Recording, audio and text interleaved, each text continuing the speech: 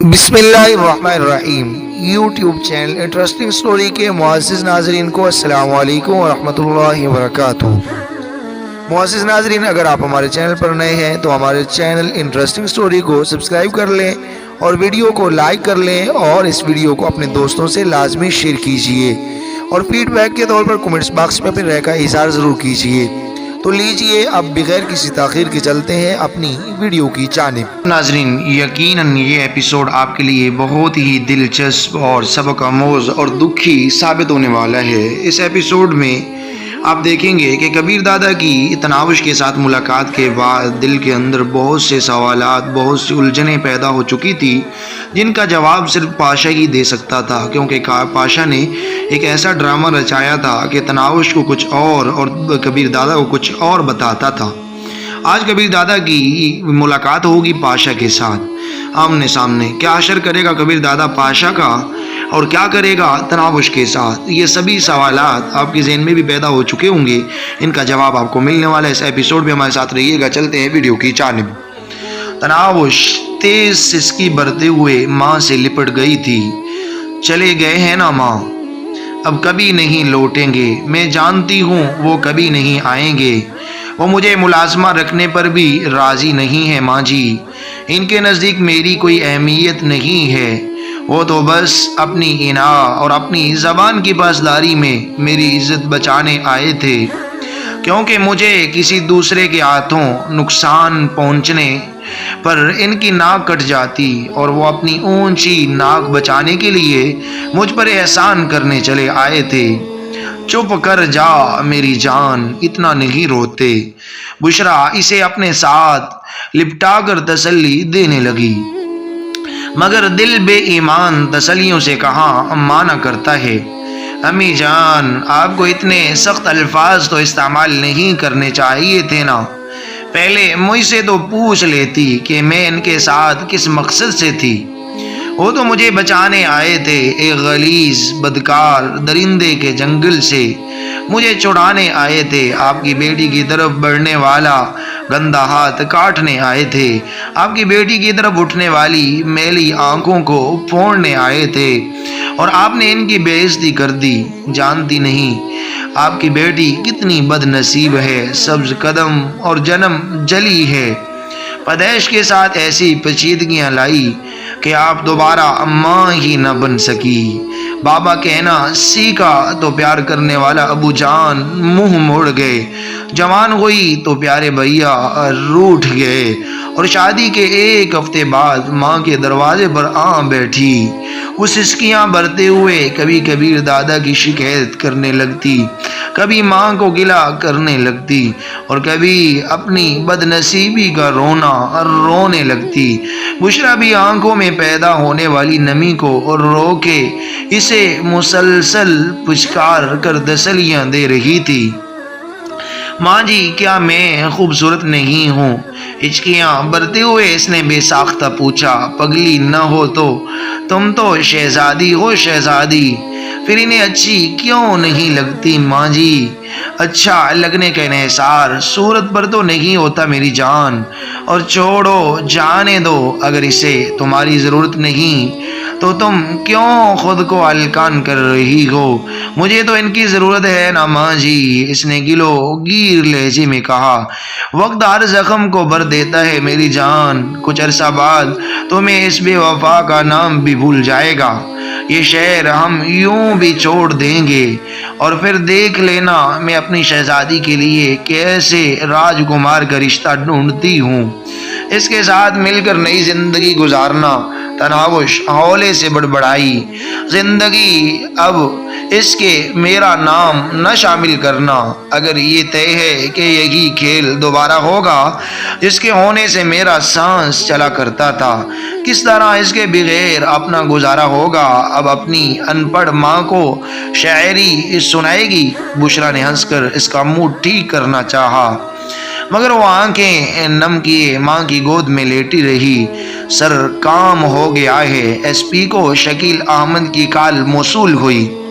شاباش، تحسین امیز نعرہ بلند کرتے ہوئے اس نے پوچھا، اور تم اس وقت کہاں ہو؟ ذرا صورتحال پر روشنی ڈالو۔ شکیل تفصیل بتاتا ہوا بولا، وہیں کوٹھی میں موجود ہوں۔ جو ہی کبیر دادا اپنا کام ختم کر کے چلا گیا، میں فوراً اندر گھس گیا۔ فاسی صاحب کے دونوں محافظ اور چوکیدار بے ہوش پڑے ہیں۔ ایک خوف زدہ ملازمہ تر تر کامتی برچی خانے میں چھپی ہے، جبکہ فاسی صاحب باقی نہیں رہے۔ کبیر دادا نے بہت درندگی کا مظاہرہ کیا ہے۔ اس کے دونوں بازو توڑ دیے، آنکھیں پھوڑ دی، بیچارے کی لاش اوندے منہ بیت الخلاء میں پڑی ہے۔ تم تھوڑی دیر وہیں ٹھہرو، میرا ایک آدمی آ رہا ہے، پھر تمہارا کام ختم ہو جائے گا اور فاسی گینگ کا نمبر 2 بننے کی پیشگی مبارکباد قبول ہو۔ بہت بہت شکریہ سر۔ شکیل احمد خوشی سے پھولے نہیں سما رہا تھا۔ مزید کوئی بات کہے بغیر ایس پی نے رابطہ منقطع کیا اور ایک دوسرا نمبر ملانے لگا۔ جی سر، کال فوراً ہی وصول کر لی گئی تھی، وقت آ گیا ہے، وہ اندر ہی ہے۔ بے ہوش پڑے محافظوں سے کوئی تعرض نہ کرنا، ملازم اور شکیل کا ٹکٹ کاٹ دو۔ ٹھیک ہے سر، کہتے ہی رابطہ کاٹ دیا گیا۔ ایس پی گھومنے والی کرسی سے ٹیک لگا کر اس کی جوابی کال کا انتظار کرنے لگا۔ 10 منٹ بعد ہی اسے اطلاع مل گئی تھی، کام ہو گیا ہے۔ مختصر الفاظ میں کہتے ہی کال کٹ گئی تھی۔ واہ، بہت خوب، نعرہ بلند کرتے ہوئے وہ اخلاق حسین کا نمبر ملانے لگا۔ جی جناب، اسے اخلاق حسین کی آواز کے ساتھ لوگوں کا شور بھی سنائی دے رہا تھا۔ ایس پی خوشی سے چہکا، بیچارہ فاسی اب اس دنیا میں نہیں رہا۔ او نو، بہت افسوس ہوا یہ سن کر۔ کیسے ہوا یہ سب کچھ؟ اس نے دائیں بائیں بیٹھے آدمیوں کو سنانے کی غرض سے جان بوجھ کر ایسے فکرے ادا کیے تھے۔ سارے ثبوت ختم کر دیے ہیں۔ فاسی کے دونوں محافظوں کو کبیر دادا بے ہوش چھوڑ کر چلا گیا ہے۔ لازماً دونوں نے اس کی شکل دیکھی ہوگی، وہی بتائیں گے کہ یہ کام کس کا ہے۔ تم بس اہم آدمیوں کو لے کر موقع پر پہنچو۔ ٹھیک ہے کہہ کر اخلاق حسین نے کال کاٹ دی۔ اس کے ساتھ ہی وہ دونوں ہاتھوں سے سر تھام کر بیٹھ گیا۔ نوشاد اور نقیب اللہ جان اس کے دائیں بائیں بیٹھے تھے۔ کیا ہوا شاہ جی؟ نوشاد افریدی نے انجان بنتے ہوئے پوچھا۔ بہت برا ہوا یار، ایس پی ضمیر حسین صاحب بتا رہے ہیں فصیح الدین کو ان کے اورنگزیب کالونی والی کوٹھی میں کسی نے بے دردی سے قتل کر دیا ہے۔ ہمیں وہاں جانا چاہیے، چلیں۔ نوشاد افریدی فوراً کھڑا ہو گیا۔ چند منٹ بعد سرگوشی میں یہ بات تمام گینگ کے بڑوں تک پہنچ گئی تھی۔ تقریب کو عورتوں کے حوالے کر کے وہ اپنی اپنی کار میں مطلوبہ سمت کو روانہ ہو گئے۔ پولیس وہاں پہلے سے پہنچی ہوئی تھی۔ فصیح الدین کے دونوں محافظ اور چوکیدار پولیس کی حراست میں تھے۔ ایس پی بذات خود وہاں موجود تھا۔ اس نے تمام کو پہلے تو فصیح الدین کی مسخ لاش دکھائی اور پھر ایک علیحدہ کمرے میں لے جا کر بولا، نہایت افسوس سے کہنا پڑ رہا ہے کہ یہ کام کبیر دادا کا ہے۔ فصیح الدین کے دونوں محافظ ہمیں بے ہوش پڑے ملے۔ انہی سے پتہ چلا کہ کبیر دادا اپنے محافظوں کے ہمراہ وہاں آیا تھا۔ دونوں محافظوں کو بھی کبیر دادا ہی نے بے ہوش کیا ہے۔ یہ کیسے ہو سکتا ہے؟ پاشا نے نفی میں سر ہلایا۔ کبیر دادا کسی پر چھپ کر وار نہیں کرتے۔ پاشا ٹھیک کہہ رہا ہے، مجھے بھی یہ کوئی سازش لگتی ہے۔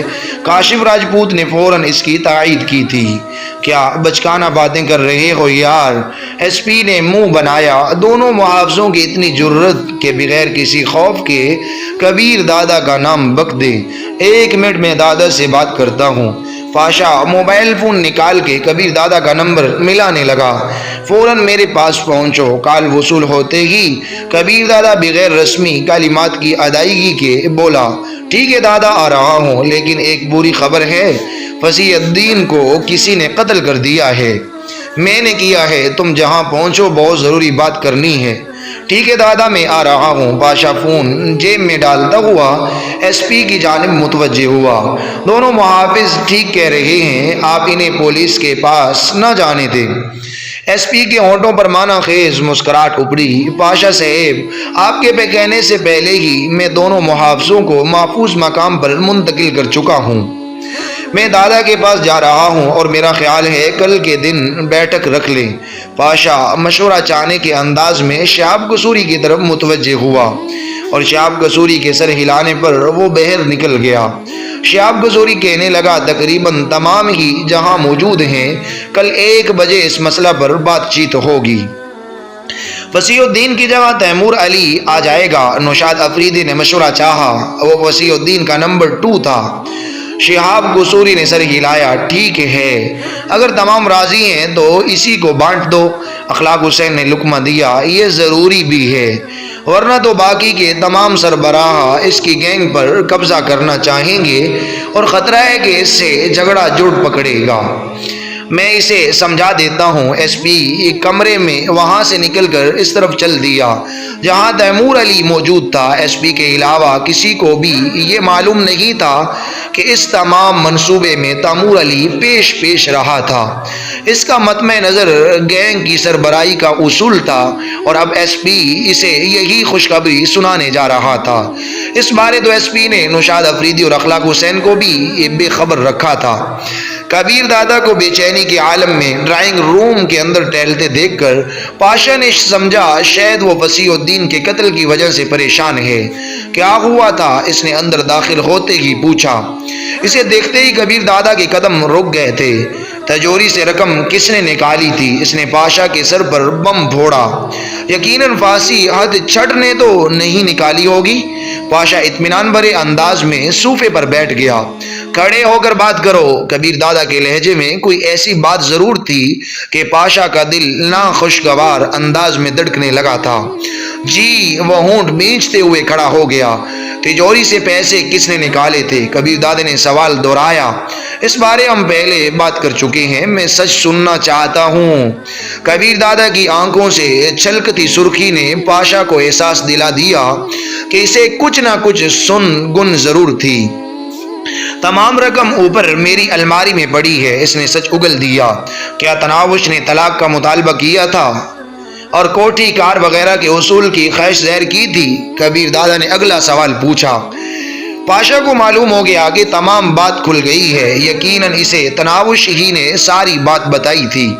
نہیں، وہ آپ کو چھوڑ کر نہیں جانا چاہتی تھی، یہ سارا میرا ہی منصوبہ تھا۔ مجھے اس کا آپ کے قریب رہنا پسند نہیں تھا، آپ بھی اس سے جان چھڑانا چاہتے تھے، مجبوراً مجھے یہ ڈرامہ ترتیب دینا پڑا۔ پاشا نے لولے لنگڑے دلائل کا سہارا لینے کی بجائے حقیقت بیان کر دی۔ یاد ہے میں نے کیا کہا تھا کہ اسے خراش نہیں آنا چاہیے؟ کبیر دادا کی آواز میں شامل غصہ اس کے لیے غیر متوقع تھا۔ ہاں، پاشا نے کچھ کہنے کے لیے لب کھولنے چاہے، مگر چہرے پر پڑنے والے تھپڑ نے اسے بات پوری نہیں کرنے دی تھی۔ گھٹیا انسان، اس کی حفاظت کس نے کرنا تھی؟ کبیر دادا کے اگلے تھپڑ نے اسے فرش پر اچھال دیا تھا۔ وہ قالین سے اٹھ کر بانچوں سے رستہ خون صاف کرنے لگا۔ تمہاری بے پرواہی اور گندے منصوبے کی وجہ سے اس غلیظ فاسی نے میری بیوی کو بے لباس کیا، اس کے پاکیزہ بدن کو چھوا جس کے بال کبھی غیر مرد نے نہیں دیکھے۔ وہ کپڑوں کے بغیر اپنی عزت بچانے کی بھیک مانگ رہی تھی، اور یہ سب تمہاری وجہ سے ہوا ہے۔ تمہاری وجہ سے کبیر دادا نے اس پر لاتوں اور گسنوں کی بارش کر دی۔ پاشا نے ان ٹوکروں سے بچنے کی کوشش نہیں کی تھی۔ وہ چپ چاپ زمین پر پڑا مار کھاتا رہا۔ وسیع الدین کی موت کا معمہ بھی حل ہو گیا تھا۔ اچانک رات خالہ برچی خانے سے نکل کر بھاگی۔ سیف جی، خدا کے واسطے بس کر دیں، وہ مر جائے گا، بس کریں سیف جی۔ وہ کبیر دادا کے قدموں سے لپٹ گئی۔ وہ گہرے گہرے سانس لیتا ہوا پیچھے ہٹا۔ رات خالہ، اس بغیرت کو کہو میرے گھر سے دفع ہو جائے، اور اس کے بعد میں اس کی منحوس صورت نہیں دیکھنا چاہتا۔ رات خالہ روتے ہوئے بولی، ابھی چلا جاتا ہے صاحب جی، آپ کمرے میں جا کر آرام کریں۔ مگر کبیر دادا تیز قدموں سے بہر کی طرف چل پڑا۔ اس کے دل میں ہلچل مچی ہوئی تھی۔ تناوش نے بے وفائی نہیں کی تھی، اس نے تو کبیر دادا کو جھوٹ نہیں بولا تھا اور نہ اسے دھوکہ دیا تھا۔ اسے دولت نہیں، کبیر دادا کا ساتھ درکار تھا۔ ایک دکھ دینے والی سوچ اس کے دماغ میں گونجی، جانے وہ کتنا روتی رہی ہوگی، کیسے مجھے آوازیں دیتی رہی ہوگی، کیسے کیسے صفائیاں پیش کرتی رہی ہوگی، اور میں اسے دھوکے باز سمجھ کر کوستا رہا۔ مرسڈیز میں بیٹھ کر وہ بیرونی دروازے کی طرف بڑھا۔ عظیم اس کے ساتھ جانے کے لیے بھاگا تھا، مگر وہ اسے ہاتھ سے واپس جانے کا اشارہ کر کے دروازے سے باہر نکل گیا۔ ناظرین، یہ ناول ابھی تک جاری ہے، آپ نیکسٹ ایپیسوڈ میں دیکھیں گے کہ اب کبیر دادا کہاں جاتا ہے اور تناوش کے گھر جائے گا یقیناً، اور اس سے کیا کہے گا، تناوش کیا کہے گی، آیا کبیر دادا اور تناوش اب ایک ہو جائیں گے یا نہیں۔ یہی ہے وہ ایپیسوڈ جس کے اندر آپ دیکھیں گے کہ تناوش اور کبیر دادا ایک ہوں گے، کیسے ہوں گے، کیسے صفائی دے گی تناوش اور کیسے اپنی صفائی بیان کرے گا کبیر دادا، اور اس کے بعد پھانسی حد چھٹ کی جو موت ہے اس کا کیا بنے گا، کیا ہوگا۔ یقیناً بہت سے سوالات کا حل آپ کو نیکسٹ ایپیسوڈ میں ملنے والا ہے۔ میں امید کرتا ہوں کہ آپ کو یہ ناول بہت زیادہ پسند آئے گا۔ چاہتے ہیں نیکسٹ ایپیسوڈ جلد اپلوڈ کیا جائے، پلیز اگر نیو ہے تو ہمارے چینل کو سبسکرائب کیجئے، ویڈیو کو لائک اور شیئر کیجئے، کمنٹس باکس میں رہ کا اظہار ضرور کیجئے۔